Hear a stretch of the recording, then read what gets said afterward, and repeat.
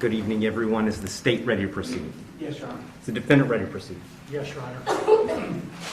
Sorry, it took me a little bit longer than anticipated, but there was a lot of information to consider. Let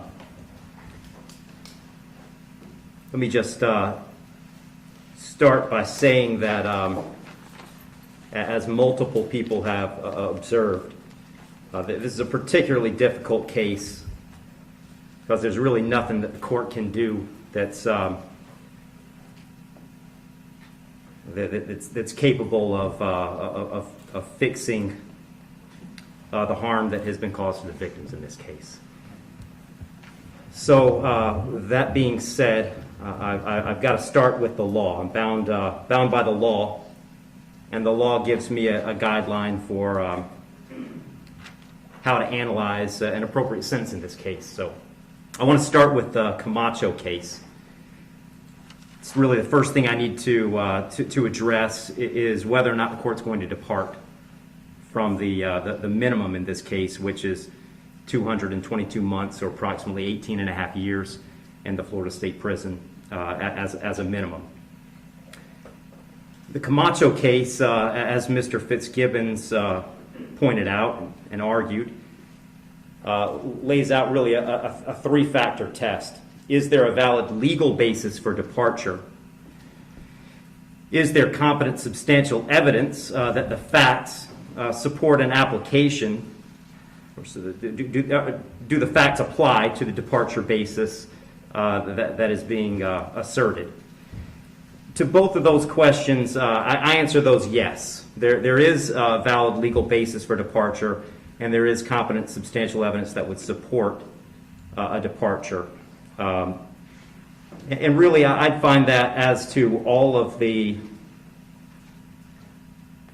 departure bases argued, with the exception of the disparity argument. I'll just comment on that one for a moment. The defendant has argued that an available basis for departure is the disparity between the guidelines and the sentence that Mr. Barano got. I don't agree with that. I agree that disparity could potentially be an available legal basis for departure. But in this case, I don't think it applies because I do think that there are important substantive differences between the facts as applied to Mr. Barano and the facts as applied to Mr. Herron. The state's put those on the record. I won't elaborate on it too much other than to say I think that the difference, the age of majority for Mr. Herron is one of those. But mostly I just think that the facts are different as between those two defendants. And so I don't believe that the facts in this case support that as a departure basis because I believe that a disparity in sentence between Mr. Barano and Mr. Herron is appropriate in this case.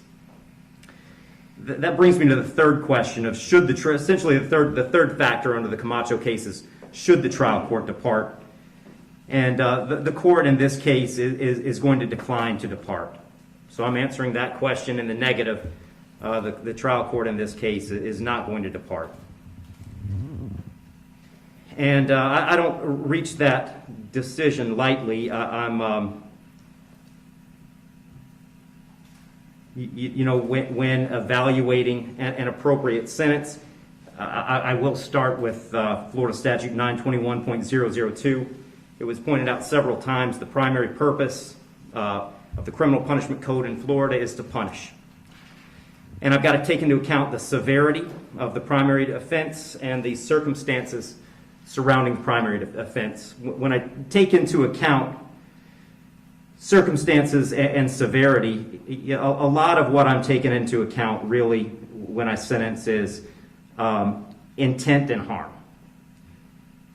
And in this case, there wasn't any evidence, and nor does the court believe that there was any specific intent to do harm, in this case to the victims. But there was intent to drive at an egregious speed, 102 miles an hour, regardless of the consequences and regardless of of who that ended up harming. And then the second part of that, the second component, is the harm caused. And in this case, it's just impossible to have greater harm than the harm that occurred in this case, which was the loss of a mother, loss of a baby, and really the loss of a family as it existed when this occurred. I did consider, I also want to make a record, I did consider sentencing Mr. Herron as a youthful offender, but for the same reasons that I'm discussing, I didn't think sentencing him as a youthful offender was appropriate. I agree that youthful offender was something that the court could have done. I did consider it. I carefully considered it. But the court just found that due to the serious nature of these offenses, the extreme nature of the conduct, and again, the level of harm, that a youthful offender sentence was not appropriate. So given that the court is not departing, the guidelines call for a sentence of essentially 18 and a half years at a minimum, and 30 years as a maximum.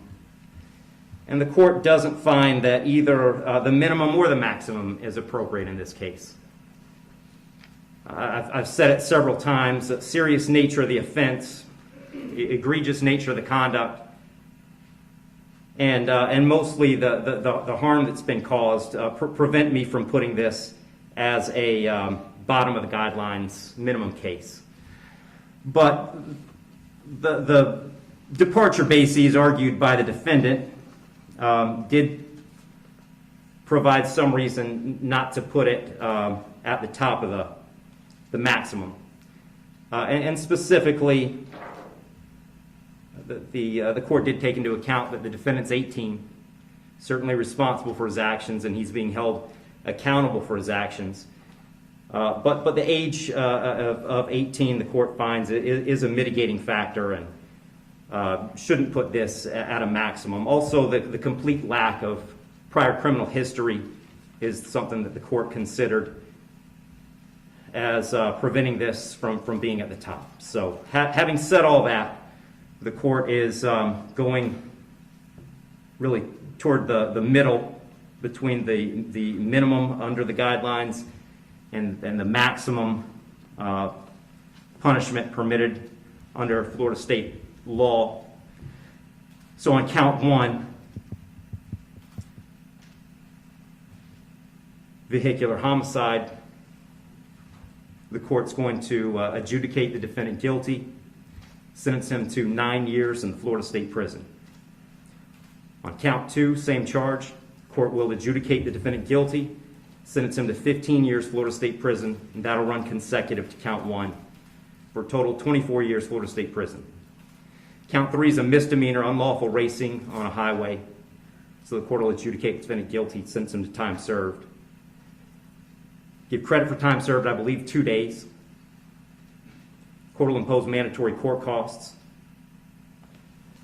Mr. Herron, you have given up the right to appeal the determination of your guilt or innocence. You do have 30 days to appeal the sentence of the court. And I'll direct the bailiffs to take Mr. Herron into custody.